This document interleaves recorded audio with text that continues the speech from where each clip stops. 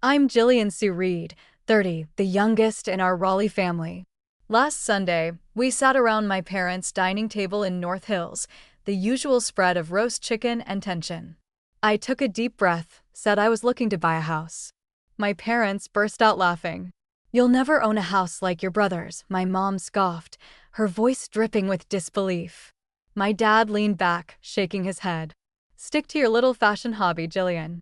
My brother, always the golden child, smirked across the table. "She'll be broke forever," he said, his voice sharp, cutting through the clink of forks. The room felt smaller, their words heavier than the plates in front of us. I didn't argue, didn't snap back. I just smiled, my lips tight, holding a secret they'd never guess. 2 weeks later, my phone buzzed with their calls, panicked, confused. I didn't pick up.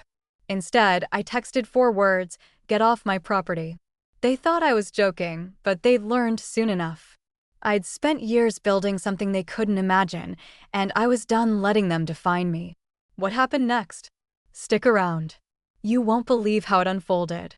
Hey, have you ever been underestimated by your family? Drop a comment below.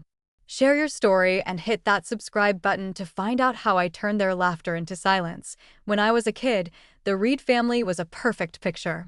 Growing up in Raleigh, North Carolina, our house was filled with laughter, the kind that spilled out during backyard barbecues or late-night board games. My parents, my brother, and I would pile into our old van for camping trips at Falls Lake, pitching tents under pine trees, roasting marshmallows, and telling ghost stories until we fell asleep to crickets chirping. My dad, James, always the planner, mapped out every trail we'd hike, while my mom, Diane, made sure we had enough snacks to feed an army. My brother, Logan, for years older, was my hero back then. He'd teach me how to skip rocks across the water or sneak me extra cookies when Mom wasn't looking. Those were the days when we felt like a team, unbreakable, no matter what. By the time I hit high school, things shifted. My brother went off to college, aiming for law school, and my parents' eyes lit up every time they talked about him. "He's going to make something of himself," my dad would say, his voice brimming with pride. I was proud of him too at first, but when I told them I wanted to study fashion design, their faces fell. "That's a hobby, Jillian, not a career," my mom said, her tone sharp enough to sting. My dad just nodded, suggesting I consider business school instead. I brushed it off, thinking they'd come around once I proved myself, but they didn't. Every phone call home was about my brother's latest achievement, top grades, internships, then a fancy law firm job in Raleigh. He was their golden boy, the one who could do no wrong. I started pouring my heart into sketching dresses, staying up late to sew samples in my tiny dorm room. I'd send my parents pictures, hoping for a spark of excitement, but all I got were polite smiles and comments like, "That's nice, but what's your backup plan?" Meanwhile, my brother's graduation was treated like a national holiday. They threw him a huge party at our house, inviting half the neighborhood to celebrate his law degree. I was there, clapping along, but inside I felt invisible. When I landed my first internship at a local boutique, I called home, eager to share. My mom cut me off mid-sentence. "Oh, Jillian, your brother just closed his first big case. Isn't that amazing?" I swallowed hard, muttering a quiet, "yeah," before hanging up. As the years went on, their favoritism grew sharper. My brother bought a sleek condo in downtown Raleigh, and my parents couldn't stop bragging about it at every family gathering. They'd talk about his corner office, his tailored suits, his perfect life. I'd sit there, picking at my food, my dreams of launching a fashion brand dismissed as childish. "Fashion's a tough industry," my dad would say, his voice heavy with doubt. "You should aim for something stable like your brother." I stopped arguing, stopped sharing. I'd nod, smile, and keep my plans to myself. By the time I was in my mid-20s, I barely told them anything about my life. I'd built a wall, not because I didn't love them, but because it hurt too much to be their afterthought. That distance became my shield as I moved out and threw myself into my work. I'd spend hours designing, building an online store, and connecting with clients who loved my vision. My parents didn't know, and I didn't care to tell them. Their world revolved around my brother's success, but I was carving out my own path. I wasn't their dreamer anymore. I was someone with a fire they'd never see coming. Every Sunday dinner at my parents' house was a silent battle. In their North Hills home, the dining room table was set with the same plates, but the air was thick with unspoken judgments. I'd drive over from my apartment in Raleigh, steeling myself for the same routine. My brother would lean back in his chair, his tailored suit a stark contrast to my jeans, and launch into stories about his latest courtroom victory or his new condo's rooftop deck. My parents would hang on his every word, their smiles wide, their eyes gleaming with pride. "That's our boy," my dad would say, clapping my brother on the shoulder. My mom would nod, adding, "You've always known how to make us proud." I'd sit across from them, pushing mashed potatoes around my plate, waiting for the inevitable shift. It always came. "So, Jillian," my mom would start, her voice tinged with pity, "still stitching those dresses?" The word dresses sounded like a joke, as if my career in fashion design was a childish phase. I'd force a smile, muttering something about a new project. But my dad would cut in. "You should talk to your brother about real estate investments," he'd say. "He's got a good head for it." My brother would grin, not bothering to hide his amusement. "Fashion's cute, Jillian, but it's not exactly a gold mine," he'd quip, his tone dripping with condescension. The table would go quiet, their eyes on me, waiting for a reaction. I'd just shrug, keeping my thoughts locked tight. It wasn't just one dinner. It was every Sunday for the past year. My brother's life was a highlight reel, his firm's big cases, his weekend trips, his shiny new car. My parents ate it up, recounting his achievements to neighbors or friends on the phone. Meanwhile, my work was barely a footnote. Once, I mentioned a design that got featured on a local fashion blog. My mom glanced up, said, "That's nice, dear," then turned to my brother. "Tell us more about that merger you worked on." I stopped bringing it up after that. Their dismissal stung, but it wasn't new. I'd learned to expect it, to let their words slide off me like rain on a window. What hurt more was how they framed it. "We just want you to be secure," my dad would say, his voice gentle but firm. "Your brother's set for life. You could be too if you pick something practical." Practical. That word haunted me. To them, my sketches and late-night sewing sessions were a distraction, not a career. My brother never missed a chance to pile on. "You're still chasing that artsy dream?" he'd ask, his smirk sharper than a knife. I'd bite my lip, nod, and change the subject. I didn't want their pity or their advice. I wanted them to see me, but they never did. Those dinners pushed me further into my own world. I stopped sharing anything real. My latest designs, my growing client list, the hours I spent building my online brand. They didn't ask, and I didn't offer. Instead, I'd sit through their stories, my mind elsewhere, plotting my next steps. I wasn't just sewing dresses. I was building a future they couldn't imagine.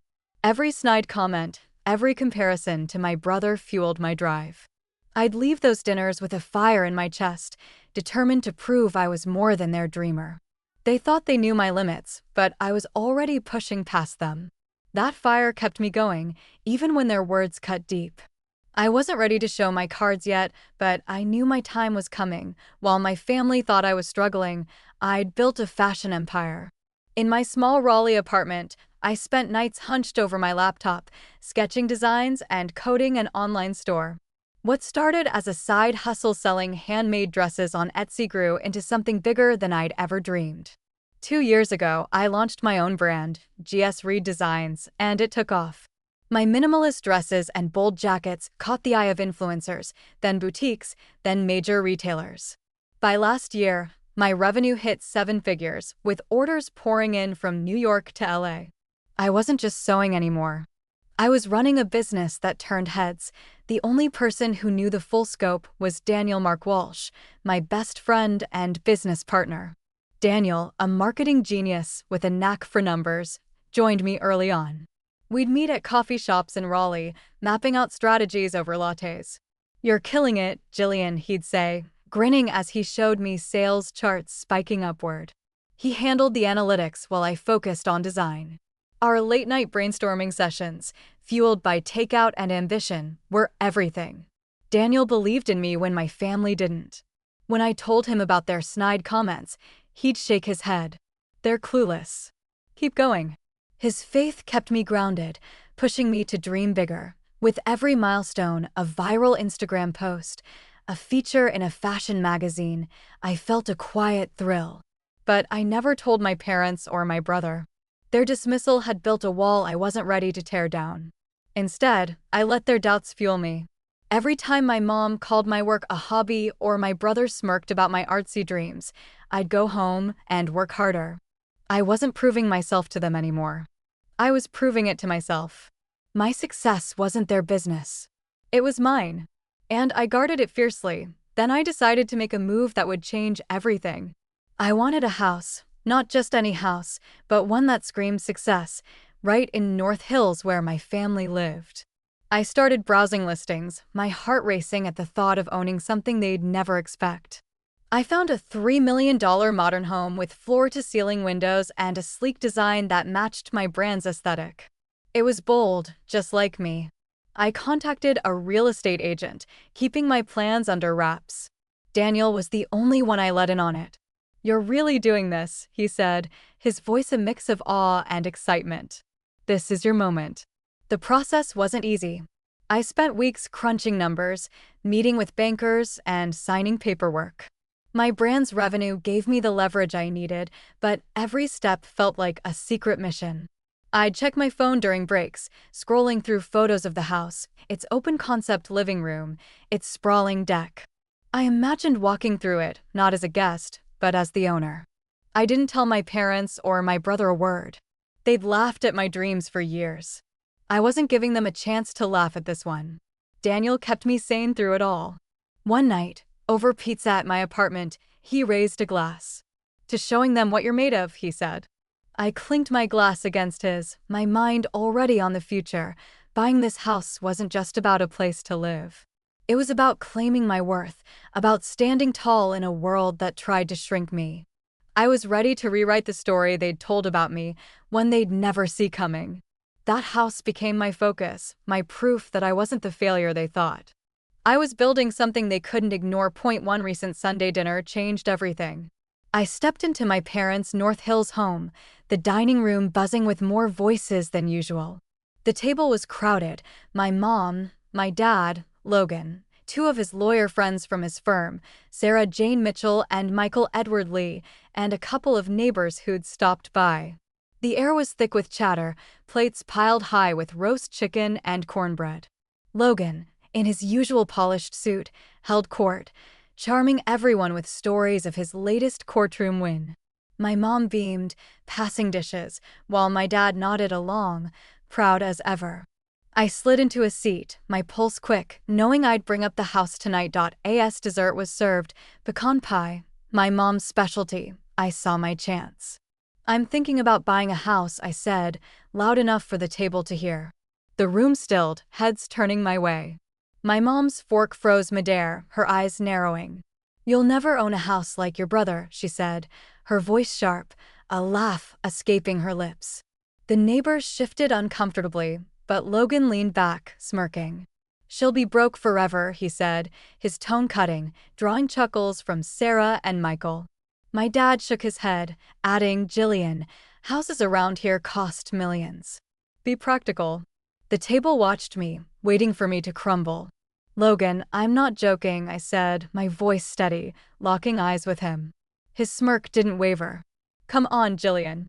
Stick to your little fashion thing," he said, his words dripping with condescension. The neighbors exchanged glances, and Sarah stifled a giggle. My mom chimed in. "We're just looking out for you, dear.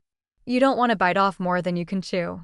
The weight of their words, amplified by the crowd, pressed down on me.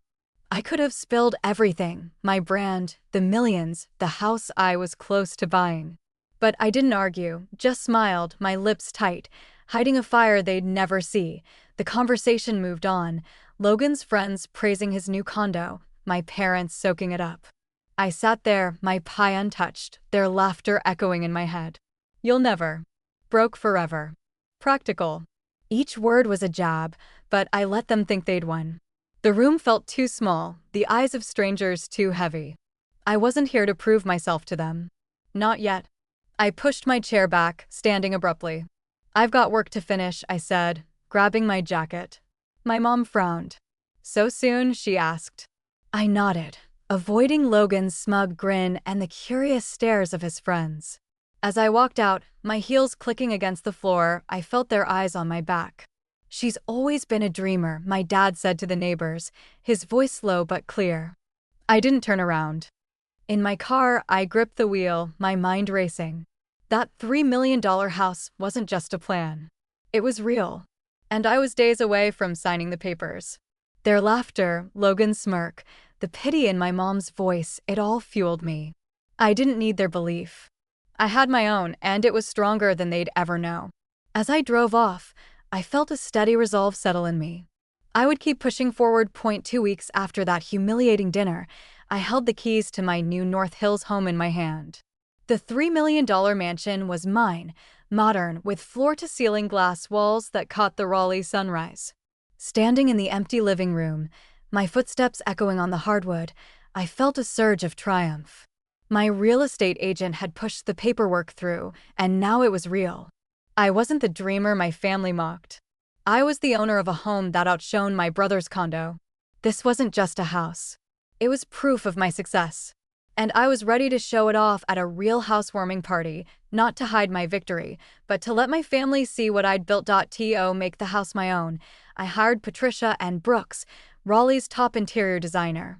Patricia walked through the space with me, her sharp eye catching every detail. "This house is your brand in physical form," she said, sketching ideas for the open-concept kitchen where I wanted a marble island. We spent days choosing velvet sofas, bold abstract art, and a statement chandelier to anchor the dining room. Every piece reflected G.S. Reed designs, clean lines, fearless elegance. Patricia's suggestions, like textured curtains to soften the glass walls, brought it all together. "This is your moment to shine," she said, and I nodded, picturing my family's faces when they saw it. The house was my answer to years of their doubt. I could still hear my mom sharp, "You'll never own a house like your brother," and Logan's cutting, "She'll be broke forever," from that dinner. Those words had burned, but they'd fueled me to this point. Now, I wanted them to walk into my world and face the truth. I planned a real housewarming party, not a subtle trick, but a bold celebration of my success. I'd invite my parents, Logan, and my closest allies to witness it. Their shock would be my reward, not their apologies. My best friend, Linda Marie Parker, was all in. Over coffee at a downtown Raleigh cafe, I shared my plan. "You're going to make their jaws drop," Linda said, her eyes sparkling with excitement. She'd cheered my fashion brand's rise from the start. "This isn't just a party, Jillian," she said, leaning forward. "It's you claiming your place. Show them what you've done." Her words hit home. This was about standing tall, proving my worth after years of being dismissed. Linda helped me plan every detail. We ordered gourmet catering, shrimp skewers and stuffed mushrooms, a far cry from my mom's pot roast. I picked a smooth jazz playlist to set a sophisticated tone, nothing like the noisy dinners at my parents' house. The invitation, sleek and minimalist, went out to my parents, Logan, and friends from my fashion world, including Daniel. They read, "Join me to celebrate my new home." I didn't hide that it was mine. I wanted them to come, expecting my success, only to be stunned by its scale. Linda grinned as we finalized the guest list. "They're walking into a way-up call," she said, and I laughed, a spark of confidence igniting. As the party date approached, Patricia's team transformed the house. They arranged furniture, hung art, and set up a bar in the corner. I ran my fingers over the marble countertops, imagining my mom's stunned silence, Logan's smirk fading. Daniel stopped by, his grin wide. "This is you, Jillian." "Unstoppable," he said. I nodded, my resolve firm. This housewarming wasn't just a celebration. It was my declaration. I was ready to show my family who I'd become, and they'd see it with their own eyes. The night of the housewarming, my North Hills mansion was alive with elegance. Velvet sofas glowed under the soft chandelier light, the marble islands sparkled, and the scent of gourmet shrimp skewers and stuffed mushrooms filled the air. Friends from G.S. Reed Designs mingled with Raleigh's top designers, their laughter blending with smooth jazz. Linda caught my eye across the room, her nod radiating pride. I wore a custom black dress, its sharp lines echoing my brand's aesthetic, feeling every bit the homeowner.my phone had buzzed all day with voicemails from my mom and Logan, confused by the invitation to celebrate my new home. "Jillian, are you working for someone big?" my mom asked, her voice uncertain. Logan's tone dripped with his usual arrogance. "What's this, sis? Hosting for some hotshot?" I didn't reply, letting their doubts simmer. They'd see the truth soon enough. When the doorbell rang, my heart raced. My parents and Logan stepped inside, their eyes wide, scanning the sleek space with suspicion. My mom clutched her purse, her brow furrowed. "Jillian, who owns this place?" she asked, her voice cautious. My dad's gaze darted to the high ceilings, his expression skeptical. "You're involved with someone wealthy, aren't you?" he said, more statement than question. Logan, in his polished suit, smirked. "Nice gig, Jillian. Working for a tycoon suits you," he quipped, his condescension sharp. The other guests glanced over, curious, but I stayed calm, offering them wine and letting their assumptions hang. They sipped, marveling at the decor, oblivious to the bombshell waiting. The evening built to its peak, and I stepped onto the staircase, tapping my glass for silence. The room hushed, all eyes on me. "Thank you for coming to celebrate my new home," I said, my voice clear and steady. My parents exchanged uneasy glances, Logan's smirk still lingering. I took a deep breath. This isn't someone else's house. It's mine. I bought it, $3 million, paid in full. Gasps rippled through the crowd, but my family froze. My mom's hand trembled, her wine glass tilting. My dad's face hardened, his jaw tight. Logan's smirk vanished, his eyes blank. "You're kidding," he muttered, his voice barely audible. "How, Jillian?" my mom stammered, her tone cracking. "Your little fashion hobby?" I stood tall, unflinching. My brand, GS Reed Designs, built this. My work, my success. Each word sliced through years of their doubt, a release I'd waited for. My dad tried to speak, his voice faltering. "We didn't know you could." He trailed off. Logan forced a chuckle, stepping closer. "Come on, we didn't mean all that," he said, his confidence crumbling. My mom nodded hastily. "We're so proud, dear," she said, her words empty. I met their eyes, then smiled. "Let's eat," I said, gesturing to the catered spread.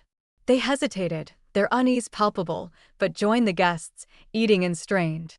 Silence. The night carried on, laughter and clinking glasses echoing. My parents and Logan stayed, making awkward small talk, their earlier bravado gone. Linda leaned in, whispering, "You've shaken them to the core." I nodded, savoring the moment, but staying focused on my guests. Their hollow apologies didn't matter yet. Showing them my truth was enough for now. 2 weeks later, my doorbell rang. My parents and Logan stood on my porch, faces tense. My mom spoke first, her voice low. "Jillian, we need your help," she said. "Logan's tech startup investment failed. We backed him, and now we're in trouble." Logan avoided my gaze, muttering, "It's bad." My dad nodded, his usual assurance gone. "You're doing well, Jillian. Maybe you could." I cut them off, my voice calm but firm. "Get off my property." The words landed sharp and final. Their eyes widened, stunned. "Jillian, please," my mom pleaded, her hands shaking. "We're family." I shook my head. "You didn't see me as family when you mocked my dreams," I said. "You made your choices. Now live with them." I closed the door, their silhouettes fading behind the glass. Linda's words rang in my mind. "Show them what you've done." I had, and there was no going back. After shutting the door on my family, I turned my back on their calls and texts, letting silence replace their voices. That moment, telling them to get off my property, wasn't just about their plea for help. It was about reclaiming my worth after years of their doubt. I'd shown them my truth at the housewarming party, and their desperate attempt to lean on me only confirmed they'd never seen me. My focus shifted to what mattered: my fashion empire, GS Reed Designs, and the people who believed in me. My brand was soaring. A new collection launched days after the party, selling out in hours. Retailers from Chicago to Miami clamored for partnerships, and I poured my heart into designs that felt like extensions of myself. Every stitch, Every sale was proof I'd built something real, something my family couldn't dismiss. I worked late into the night, sketching in my North Hills home, its quiet spaces a sanctuary from their judgment. My success wasn't just a business. It was my defiance, my answer to every "you'll never" they'd thrown at me. In Raleigh, my family's world unraveled. Logan's failed tech startup investment, the one they'd begged me to bail out, cost him his sleek downtown condo. He had to sell it at a loss, his name no longer a badge of pride at his law firm. Colleagues whispered about his reckless gamble, and his once shiny reputation faded. At social gatherings, my parents, who'd staked their pride on his success, faced a colder reality. The story of my housewarming party had spread through North Hills, carried by neighbors and friends who'd been there. They laughed at Jillian's dreams, people murmured at community events, and now look at them. Their boasts about Logan turned to awkward silences, their standing in Raleigh's tight-knit circles tarnished by their own misjudgment. I didn't gloat. Their downfall wasn't my goal. It was just the consequence of their blindness. I'd spent years craving their approval, but now I saw it for what it was, a weight I no longer needed to carry. My parents' calls dwindled, their messages tinged with regret they'd never voice fully. Logan sent one text, a half-hearted "we didn't know," but I left it unanswered. Their words couldn't undo the years of dismissal, the dinners where my dreams were a punchline. I wasn't angry anymore. I was free. My real strength came from those who saw me all along. Daniel, my business partner, was my rock. We'd sit in my living room, poring over sales data, his laughter filling the space as he showed me new milestones. "You're a force, Jillian," he said one evening, his eyes bright with admiration. Linda, my best friend, was my spark. Over brunch at a Raleigh cafe, she leaned across the table, her voice warm. "You didn't just prove them wrong. You built a life they can't touch," she said. Their belief wrapped around me, stronger than any family tie I'd lost. We celebrated late into the night, toasting to new designs and bigger dreams, my home alive with their support. Looking back, I saw how their doubt had shaped me.